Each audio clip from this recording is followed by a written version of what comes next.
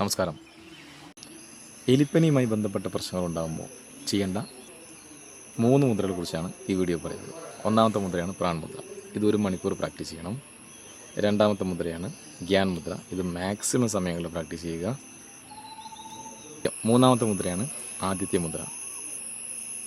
ആദിത്യ മുദ്ര ചെയ്യുന്നത് ഇങ്ങനെയാണ്. നമ്മുടെ മോതിരവിരലിൻ്റെ താഴെ തള്ളവിരൽ കൊണ്ട് പ്രസ് ചെയ്തുകൊണ്ടാണ് ചെയ്യുന്നത്. ഇത് 5 മിനിറ്റ് പ്രാക്ടീസ് ചെയ്യുക. ഈ 3 മുദ്രകളും കോമ്പിനേഷനായി പരിശീലിക്കുക. എലിപ്പനി മാറുന്നതിന് ഈ 3 മുദ്രകളും ഏറെ ഗുണപ്രദമാണ്. അടുത്ത വീഡിയോയിൽ വീണ്ടും കാണാം. നന്ദി.